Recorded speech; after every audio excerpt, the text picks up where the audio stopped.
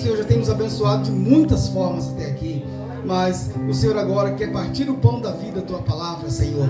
E o Senhor mesmo preparou os nossos corações como um terreno fértil para receber a semente da tua palavra. Ajuda-nos, ó Pai, que possamos manter quietos na tua presença, enquanto o Senhor opera, ó Deus, através do teu Espírito Santo, e o Senhor venha trazer todas as virtudes, ó Pai, que nós necessitamos, meu Deus. Pedimos e te agradecemos estas bênçãos no nome do Senhor Jesus Cristo. Amém. Muito bem. Estaremos lendo agora no Evangelho segundo Marcos, capítulo 7, a partir do versículo 24, e convido a congregação aqui presente para se pôr de pé em reverência à leitura da santa e bendita palavra de Deus. Nós não temos como mostrar a leitura da Bíblia agora no monitor, está aqui do nosso lado. Brevemente, eu creio que nós estaremos com o monitor colocado aqui numa posição atrás, onde estará mostrando no momento da leitura também, para que as pessoas na audiência e também quem assiste o vídeo, né, também pode acompanhar a leitura. Mas uma leitura bastante conhecida. Vamos então efetuar a leitura. E levantando-se dali, foi para os territórios de Tiro e de Sidom, e entrando numa casa, queria que ninguém soubesse, ou que ninguém o soubesse, mas não pôde esconder-se. Porque uma mulher, cuja filha tinha um espírito imundo, ouvindo falar dele, foi e lançou-se aos seus pés. E a mulher era grega, cirofenícia de nação, e rogava-lhe que expulsasse de sua filha o demônio. Mas Jesus disse-lhe: deixa primeiro saciar os filhos, porque não convém tomar o pão dos filhos e lançá-los aos cachorrinhos. Ela, porém, respondeu e disse-lhe: sim, Senhor, mas também os cachorrinhos comem debaixo da mesa as migalhas dos filhos. Então ele disse-lhe: por essa palavra, vai, o demônio já saiu de tua filha. E indo ela para sua casa, achou a filha deitada sobre a cama, pois o demônio já tinha saído. E ele, tornando a sair dos territórios de Tiro e de Sidom, foi até ao mar da Galileia, pelos confins de Decápolis. Também, somente até aqui, né? Lemos até o verso 31, do verso 24 ao verso 31. E agora localize, por gentileza, já vamos fazer as duas leituras. A congregação pode assentar-se e vocês vão acompanhar a leitura em São Mateus, capítulo 15. São Mateus, capítulo 15, verso 21 a seguir. Alguém poderia dizer, fica redundante, fica repetitivo? Não, tem um objetivo. Se o Espírito Santo mostrou que lêssemos estas escrituras, é porque ele deseja mostrar para nós algo através destas leituras.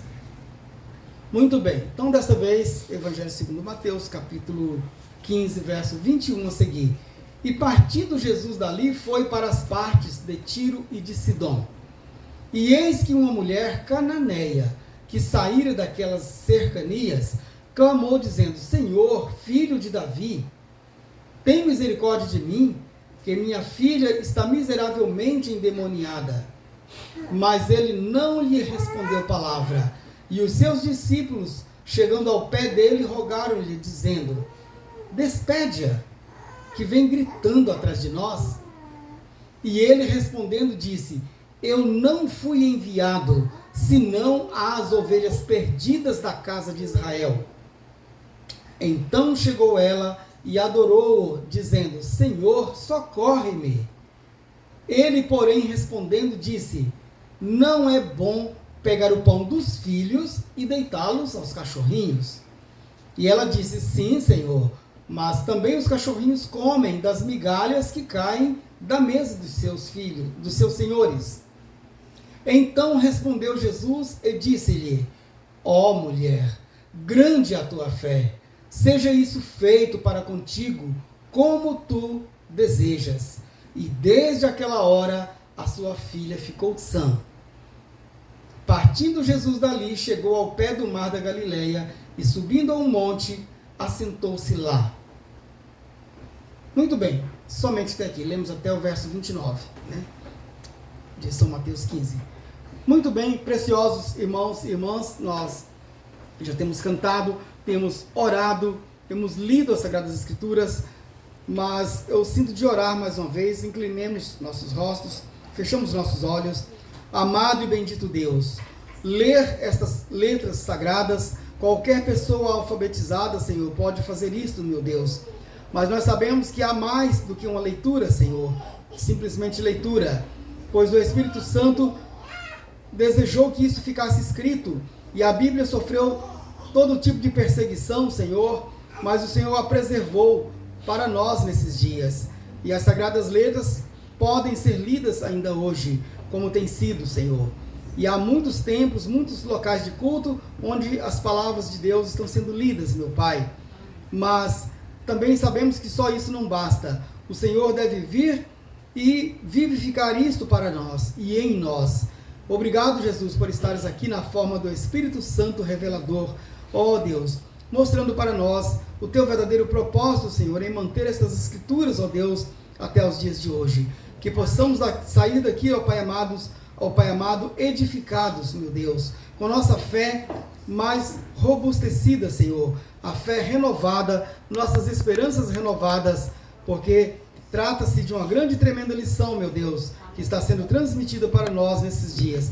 Com certeza, isso nos ajudará a manter, Senhor, prontos, ó Deus, para estar na plataforma de arrebatamento, meu Pai, para aquele encontro com o Senhor nos ares brevemente, meu Deus.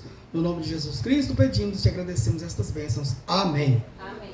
Muito bem, preciosos irmãos e irmãs, eu mencionei aqui no início do culto, né? Não está nesse vídeo, mas faço questão de mencionar agora. A irmã Sharon, eu não sei se ela ainda tem Procópio. Irmã Sharon Procópio Flores. E está aqui conosco, Jesus nos abrilhantando, né, com essa preciosa visita. A visita mais importante é a de Jesus Cristo, mas nós sabemos que Jesus Cristo expressa-se em carne humana outra vez. Na primeira vinda do Filho do Homem, ele usou o corpo do Senhor Jesus Cristo. O Verbo se fez carne e habitou entre nós daquela vez. E nesses dias o Espírito Santo, o Verbo de Deus, tem descido e Deus tem enviado um ministério profético como o de João o Batista e tem preparado um povo zeloso, um povo disposto, zeloso de boas obras. E o próprio Senhor Jesus Cristo, na forma do Espírito Santo, tem estado em nosso meio, vindicando a sua presença, com curas, com milagres, com libertação. E mais importante do que todas essas bênçãos e virtudes é a revelação do próprio Senhor Jesus Cristo no nosso meio. E nós estamos muito agradecidos, e nesse momento ele está aqui em pessoas, em seres humanos. E a irmã Sharon é uma dessas pessoas que tem sido contemplada com a graça do nosso Senhor Jesus Cristo.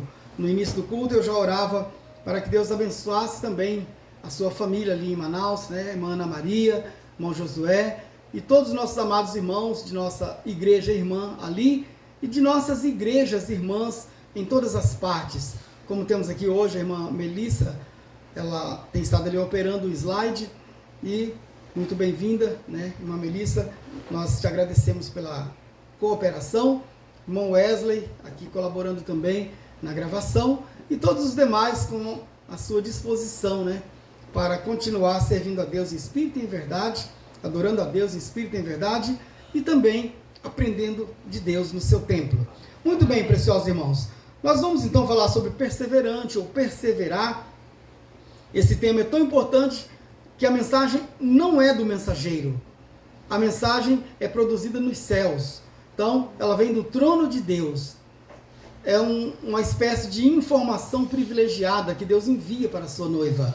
Como um casal se comunica por cartas, ou por telefone, ou por mensagens, então, e aquela comunicação vai destinada apenas para aquela pessoa, né? Comunicações de noivo para noiva, né? De namorado para namorada, ou do esposo para a esposa. E assim Jesus Cristo tem segredado, ou seja, aquilo que ele tem que ele não diria para outros, ele tem dito para os seus. E ele então, ele protege a sua mensagem para que ela não seja apanhada por pessoas inimigas ou por espíritos inimigos. Embora o nosso tema aqui está sobre perseverança, né, o perseverante, mas Jesus, ele, numa certa oração, ele disse assim: graça te dou, ó Pai, que ocultaste estas coisas aos sábios e entendidos, mas as revelaste aos pequeninos. Amém. Então, eu até tenho assim no meu coração o desejo de, em algum momento, trazer uma pregação sobre mensagem protegida. Quando nós lemos no WhatsApp, e lá está escrito assim, que a sua mensagem está protegida por criptografia. Criptografia é um recurso, eu não vou ter que dar uma aula aqui, mas criptografia é um sistema de código. Então, há códigos, linguagens que as pessoas que não conhecem aquele código não sabem do que está se tratando.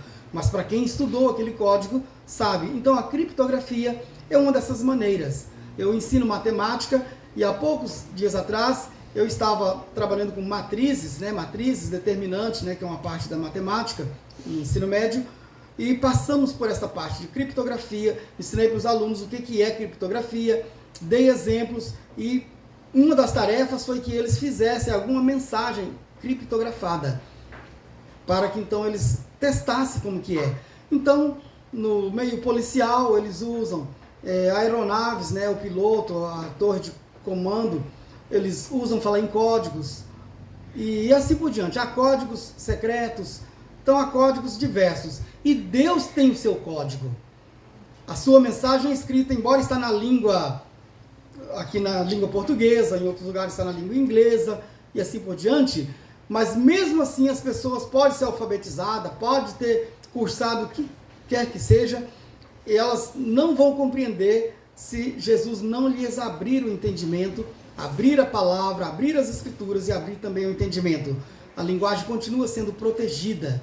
Esses dias no culto doméstico nós ainda lemos uma passagem onde falamos ali sobre a parábola do semeador, lendo, né, sobre aquela parábola, e os discípulos então perceberam que Jesus, quando estava diante do povo em geral, ele disse aquela parábola. E os discípulos perceberam que era uma linguagem com sentido figurado. E eles então pediram que Jesus explicasse aquela parábola à parte. E em casa Jesus explicou para os discípulos. E deixou bem claro, ó, a eles por parábolas, para que eles não entendam. Agora a vós, né, é dado conhecer os mistérios do reino de Deus. Então isso é muito gostoso, ser família de Deus e receber a mensagem não criptografada, ou seja, criptografada, cifrada, mas decifrada. Estou falando agora na linguagem da música. Os músicos falam assim, você tem a cifra de tal hino?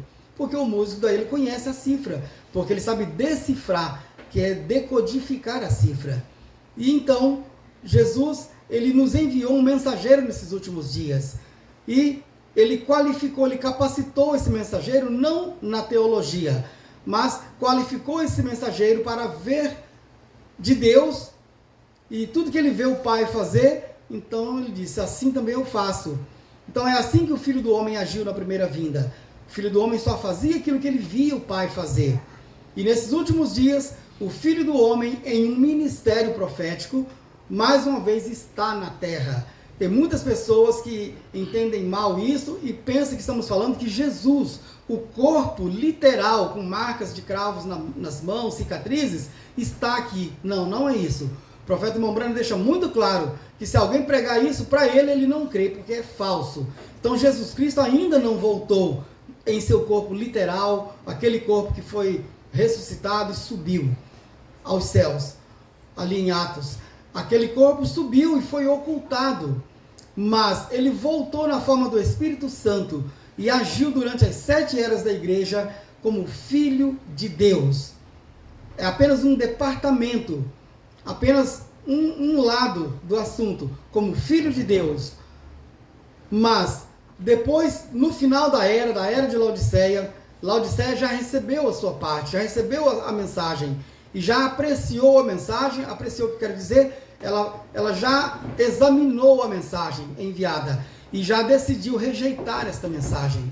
Então Laodiceia, no sistema denominacional, já colocou Jesus, através da sua palavra, para fora. Mas ele diz: eis que estou à porta e bato.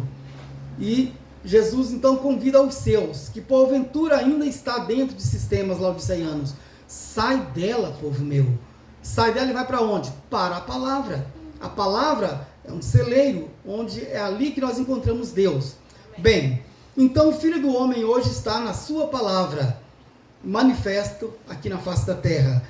E nós já vamos entrar aqui na mensagem, mas por que o profeta tomou exatamente o que eu estou falando? Vai ser vindicado, vai ser autenticado pela leitura que estarei fazendo daqui a pouco, de uns poucos parágrafos. O profeta disse assim: Jesus naquela época ele veio para as ovelhas perdidas da casa de Israel. Os irmãos perceberam que durante as leituras, tanto em São Marcos quanto em Mateus, num dos evangelhos foi dito algumas palavras que não foram ditas no outro evangelho. Então agora juntando, já que é o mesmo evangelho de Jesus Cristo, apenas segundo o ângulo que viu Marcos. Depois o mesmo evangelho na visão ou na versão de Mateus. Os irmãos compreenderam, não é isso? Então, nós estamos aqui captando por todos os ângulos. Porque hoje estamos aqui na plenitude dos tempos. O tempo dos gentios hoje está fechando, está terminando. Lá não tinha nem começado. Aquela mulher Ciro-Fenícia, a Bíblia deixou claro que era uma mulher grega. Ciro-Fenícia. Certo? Sendo assim, ela era uma mulher gentia. Quero que até as crianças entendam que na Bíblia tem o povo judeu, que tem alguns sinônimos, que eu não vou poder entrar aqui agora, mas quando você vê falar sobre povo judeu, ou o povo de Israel, é o mesmo povo. E também o povo hebreu. Então, esse povo terá que ter uma escola à parte, né, para as crianças, ou até para os adultos, para que possamos explicar essas coisas. Mas são o povo que vieram da descendência de Abraão. Então Abraão, nosso pai da fé, gerou o seu filho Isaque, e assim de Isaque veio Jacó, e aí então veio os patriarcas, que são os pais, né, os pais primitivos, e deles então a nação vinda de Abraão. E aquela nação formou o povo conhecido como o povo de Israel, como uma nação. Então Jesus veio para eles, por quê? Alguns deles estavam perdidos. E Jesus veio para salvar, para buscar, a Bíblia diz assim, porque o Filho do Homem veio para buscar e salvar o que se havia perdido, ou que estava perdido. Na passagem de Zaqueu na Bíblia, nós encontramos isso sendo dito. Então ele veio, senão as ovelhas perdidas da casa de Israel. Estavam perdidos, mas eram ovelhas. Então, um vaqueiro ou um proprietário de qualquer animal, ele não vai andar buscando aquilo que não é dele.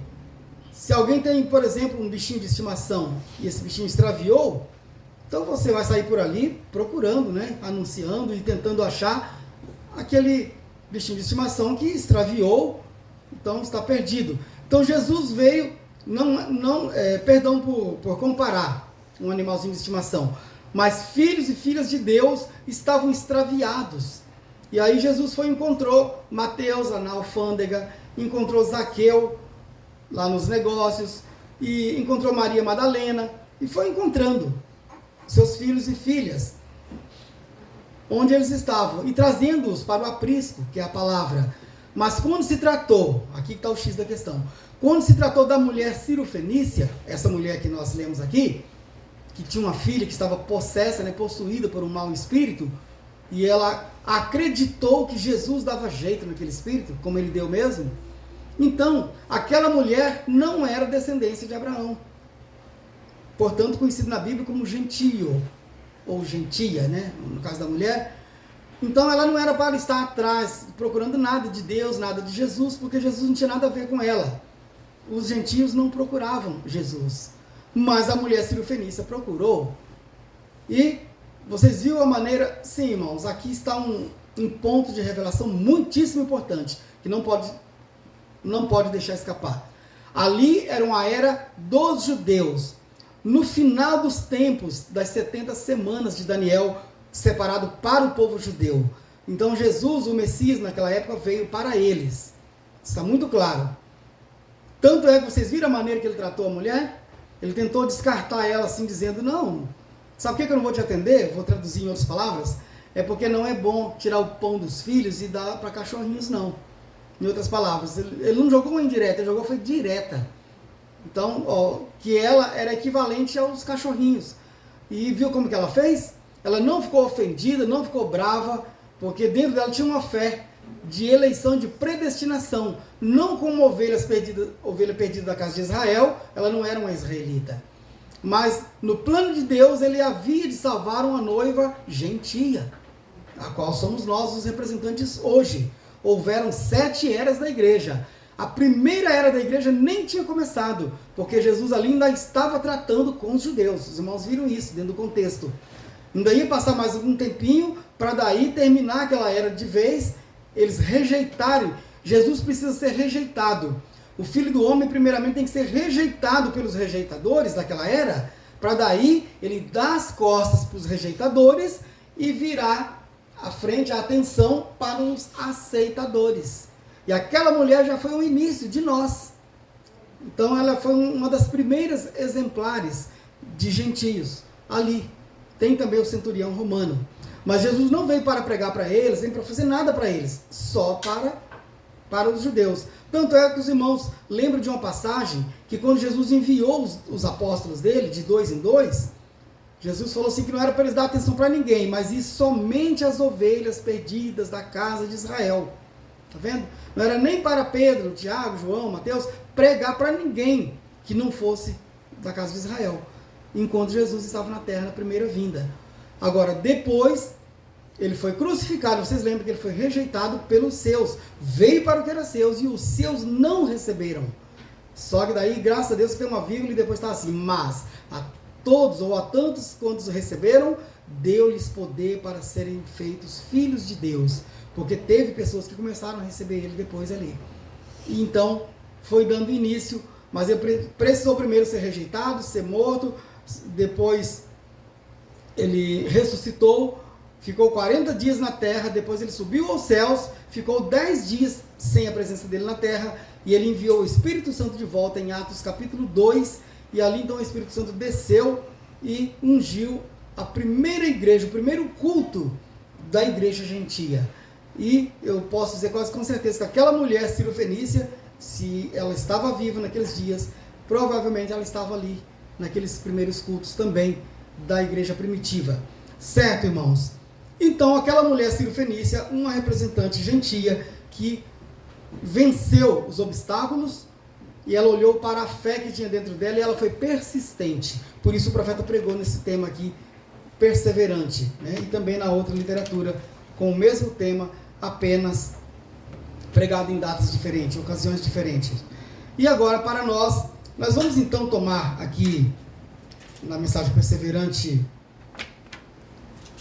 nesse exemplar aqui, quero ler com vocês um pequeno trecho. A escritura já foi lida, né?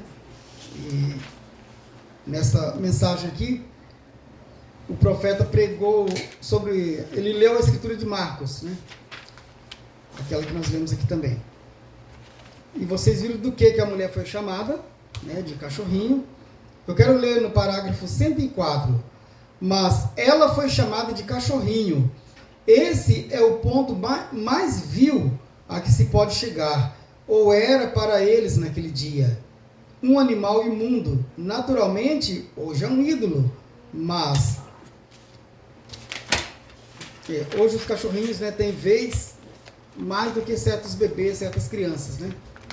Eu já vi uma funcionária uma vez, no local que eu trabalhava, contando para as outras lá que gastavam não sei quanto de salário, de dinheiro por mês para alimentar os cães. Nada contra isso, de tratar bem os cachorros, mas deu um valor mais alto do que alguns pais de família gastam para fazer a compra no mercado, para tratar da sua família.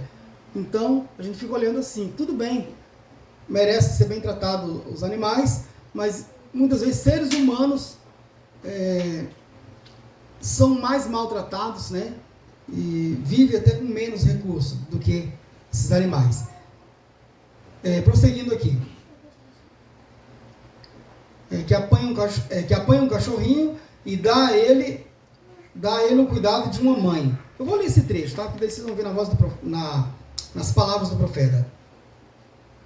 Aqui ele está tecendo um comentário sobre a importância que hoje as pessoas dão para os cachorrinhos. Pratica controle de natalidade porque quer ir a bailes e festas e se comportar assim, e não tem tempo para o filho. Ela sabe que pode engaiolar o cão em algum lugar, levá-lo consigo.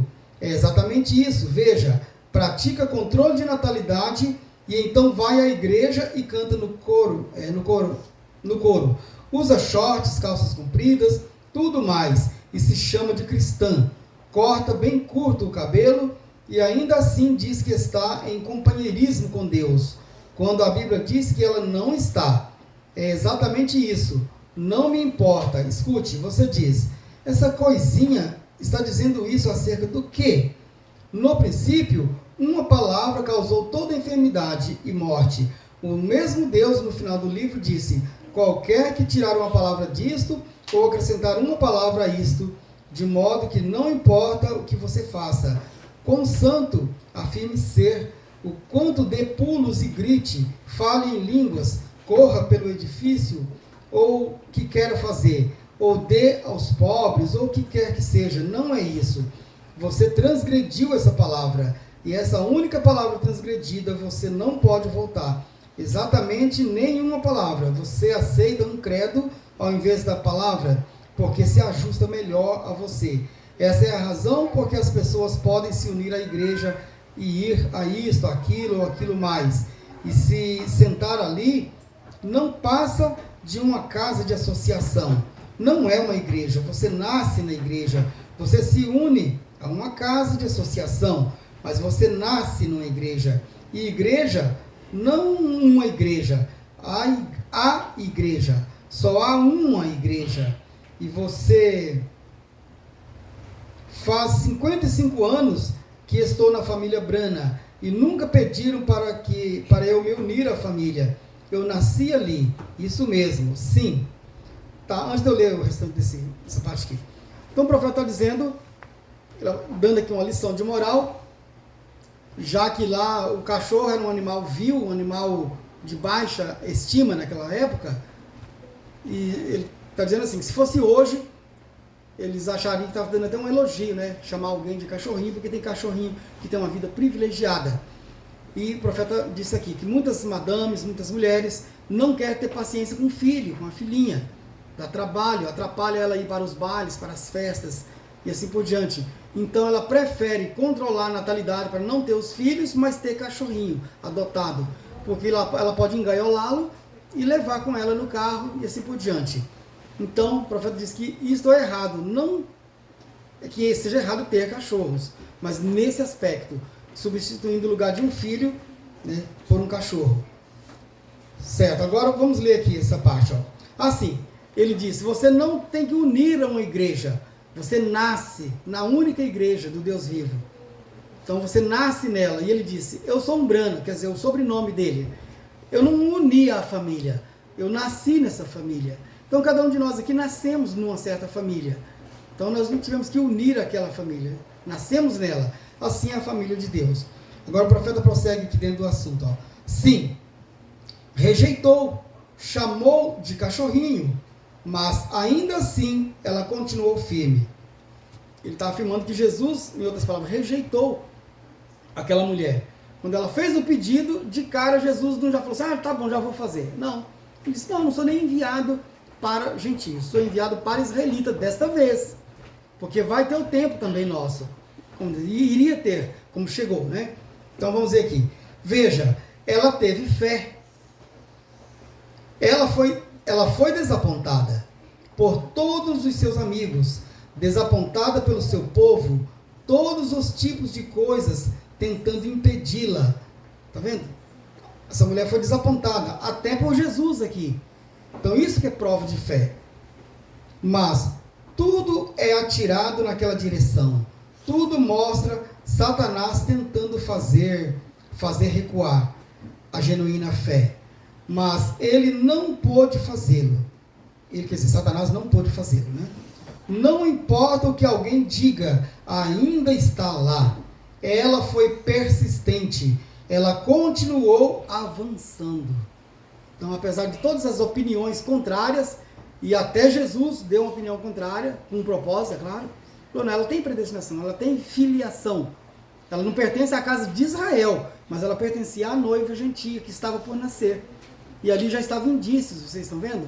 Já tinha semente por ali. Ela, por exemplo, já cruzou na frente de Jesus antes da hora.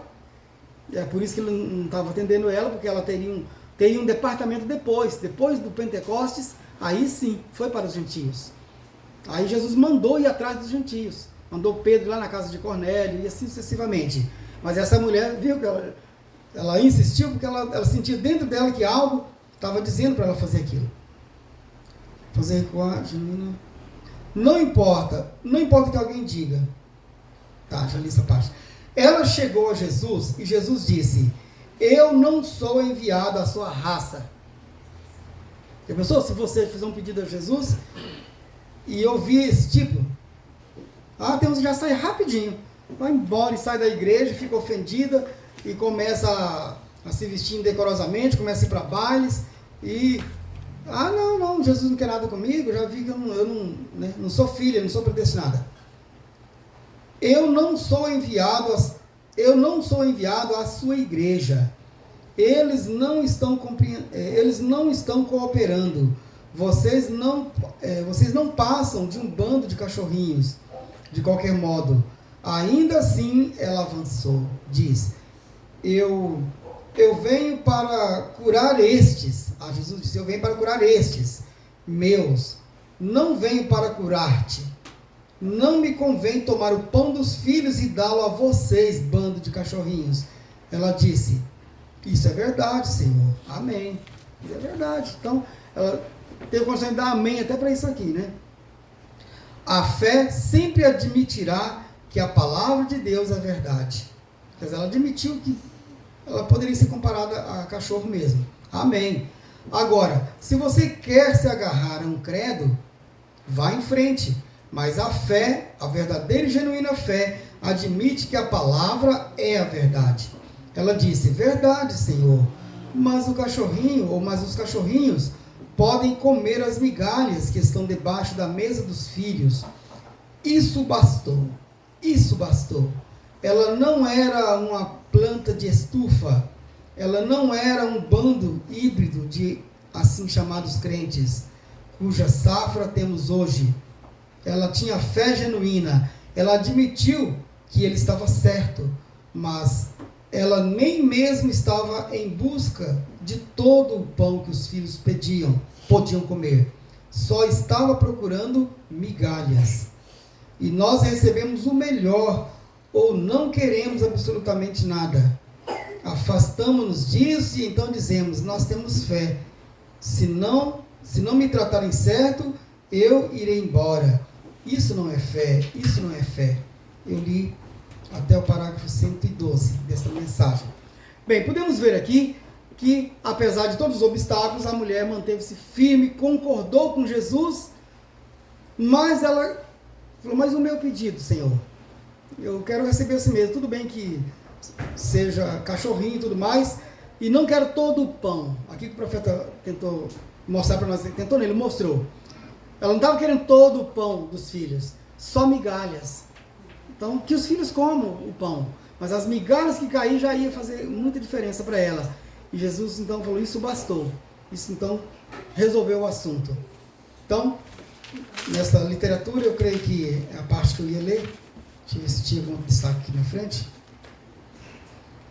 Não, parece literatura sim. Agora nós vamos na outra literatura, para vocês verem que algumas coisas em outro ângulo que o profeta mostra aqui, que com certeza isso vai edificar você, vai edificar eu. No parágrafo 62 da mensagem perseverante, agora esta mensagem pregada em 5 de março, né? Aquela lá pregada em junho. Nessa aqui o profeta fala assim, baseado no mesmo assunto: esta pequena mulher grega, sem dúvida, que havia ouvido falar dele, ouvido falar de Jesus, o grande reavivamento, um jovem profeta que cresceu na Galileia de Nazaré e mostrava grandes sinais e maravilhas, ela havia ouvido falar dele, e a fé é pelo ouvir. Esta mulher cirofenícia, sendo grega, a fé encontra fonte que outros não veem. Quando ela ouviu falar, ela creu. O profeta chamou atenção agora para o ouvir. Em Romanos 10 fala, a fé vem pelo ouvir, ou a fé é pelo ouvir, e ouvir a palavra de Deus. Essa mulher cirofenícia pensou nisso. Ela ouvia tanto falar em Jesus por ali, e ela resolveu vir conferir aquilo que ela ouvia. E não só conferir, para fazer uma sondagem, mas vir buscar. E isso agora aponta para você, para mim, para a igreja gentia hoje. Prosseguindo aqui. Essa mulher, quando ela falar, ela pode ter ouvido falar da menina de um vizinho ser curada de epilepsia, o que esta criança tinha, e eles podem ter ouvido falar de certo epiléptico ser curado, de modo que a filha dela tinha necessidade de cura.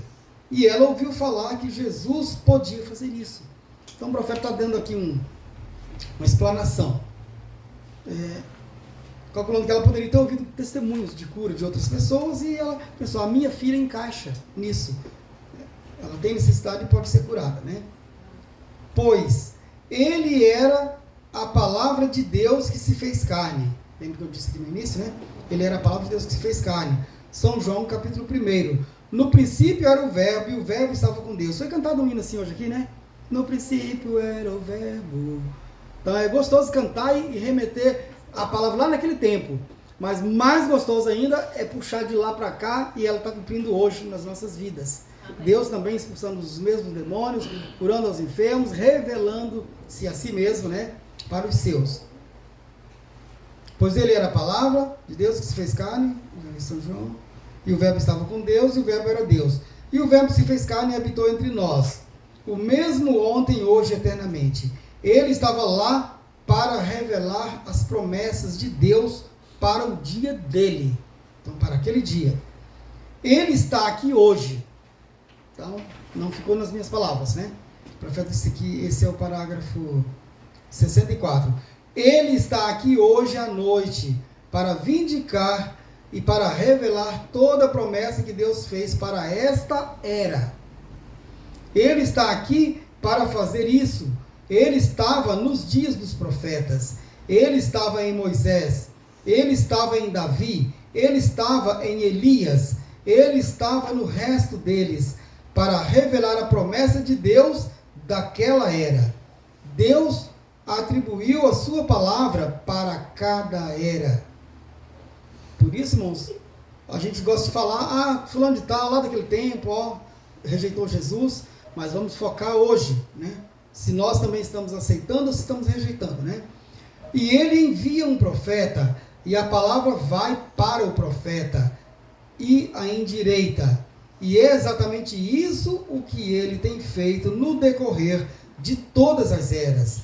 E ele é Deus, e não muda. Jesus Cristo é aquele profeta hoje à noite, que se encontra entre nós.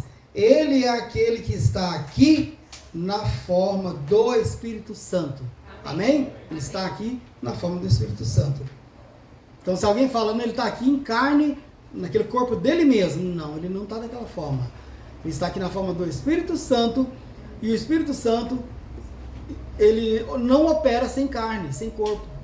Então, o Espírito Santo hoje está usando carne humana, como usou o profeta desta era, o irmão Brana, e foi um homem ungido, e agora um povo ungido, podendo dizer as mesmas coisas. Quando eu disse para vocês que eu teria muita coisa que poderia pegar das outras mensagens, é que tem mensagem que eu li nessa semana, inclusive.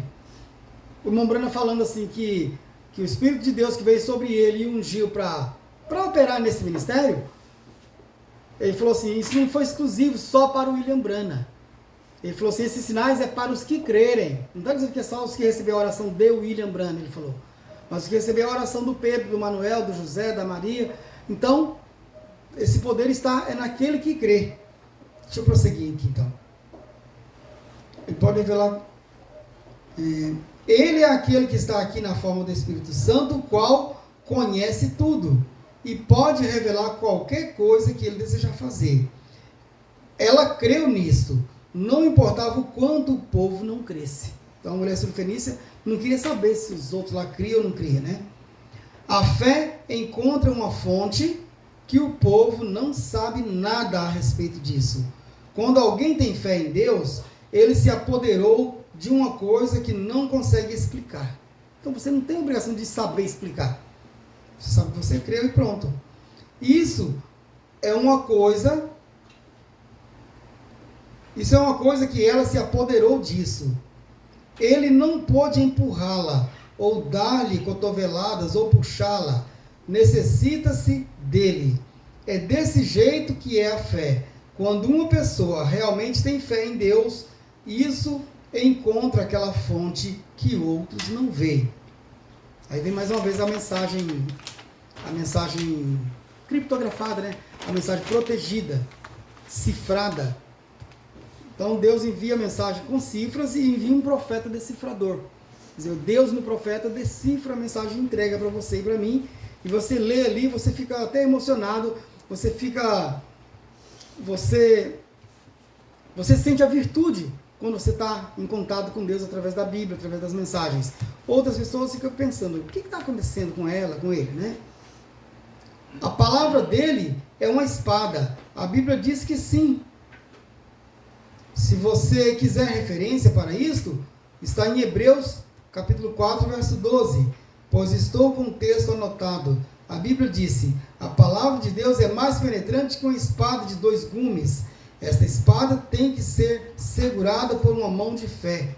Uma mão de fé. Uma mão de teologia não serve. Tem que tomar uma mão de fé, treinada nas coisas espirituais, que conheça a Deus. Bem, essa parte eu vou ler até aqui só. Eu li até o 67, 62 até o 67.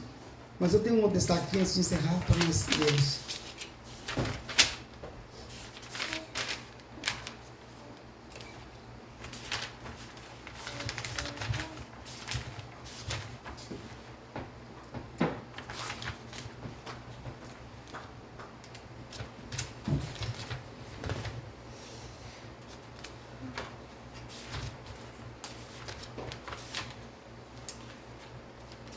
Não deixei o parágrafo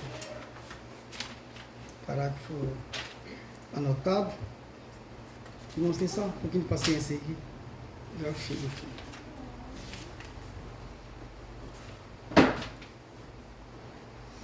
Mas ele vai falar sobre a promessa para os dias de hoje.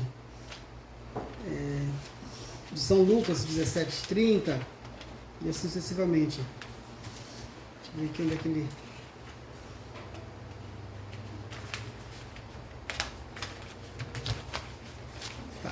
Não deixei aqui, de repente está tendo esse outro livreto.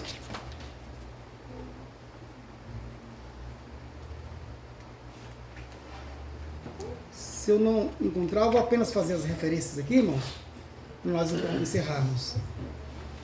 Sim, certamente não era para me tomar agora essa parte.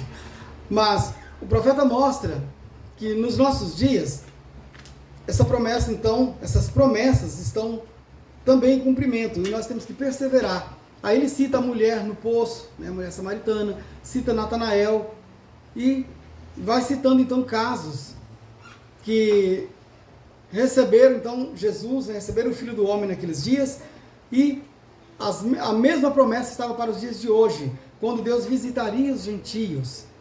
Então, a visita aos gentios, a noiva gentia, iniciou lá no Pentecostes. Mas houveram 7 eras da igreja, e nesse último dia, ele então promete e vem cumprir a sua promessa. Tanto é que o fato de estar um profeta aqui na terra, né, Deus já recolheu o nosso profeta, mas a mensagem dele está viva aqui.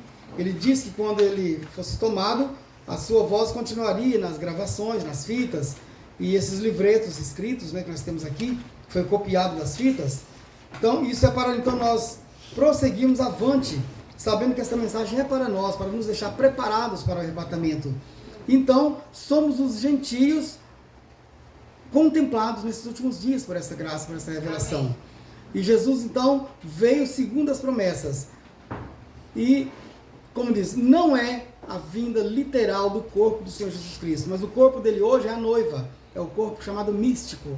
Então, vocês vão distinguir o que é corpo literal. Literal vem da palavra letra, ao pé da letra. Então, o corpo literal é o corpo de Jesus, que ainda não veio. Nós encontraremos ele nos ares, no arrebatamento. Agora, o corpo místico é o corpo de crentes, daquele que São Paulo nos instruiu falando que cada um de nós é membro desse corpo. E cada um de nós temos uma função. Pregamos aqui já alguns cultos para trás sobre discernindo o corpo do Senhor e assim sucessivamente. Então, hoje somos o corpo do Senhor aqui na terra. E um corpo sem espírito, Tiago fala que um corpo sem espírito está morto. Todo mundo sabe que um corpo que o espírito sai dele, cai, fica morto, vira um cadáver. Então o corpo místico de crentes, também sem espírito, é um corpo morto. Mas nós não somos um corpo morto. Cristo é o Espírito Santo habitando nesse corpo, tornando vivo esse corpo que é vivo, que é dinâmico. Então por isso esse corpo sente, esse corpo tem virtude. Quando um membro perece, todos no corpo ficam entristecidos. E a nossa atitude não é criticar aquele membro que se feriu. Talvez o dedão do pé, a unha do dedão do pé, talvez seja um dos nossos irmãos, das nossas irmãs. Então todos nós vamos unir em oração, vamos interceder e então Deus vai atender e as virtudes vai circular no corpo e vai lá atender. Se é um sangue que tem que ser estancado, né? Muitos aqui já tiveram experiência, quando sangra, corta ou rompe alguma coisa, então começa a sangrar e dali a pouco você vê que o sangue endurece e tranca ali, para de sangrar. Por quê? Porque o restante do corpo agiu em favor para poder estancar aquele sangue. Então entra rapidamente em ação as outras partes do nosso corpo. Então o corpo de Jesus Cristo, já que somos esse corpo místico do Senhor, nós estamos aqui agora em harmonia com as nossas igrejas irmãs, é o companheirismo de mentes semelhantes, aqueles que pensam da palavra de Deus, o que é para ser pensado, o que Jesus deu através da revelação. Então estamos unidos num só espírito, num só corpo. Vamos então nos colocar de pé nesse instante e vamos encerrar, né, esta parte aqui.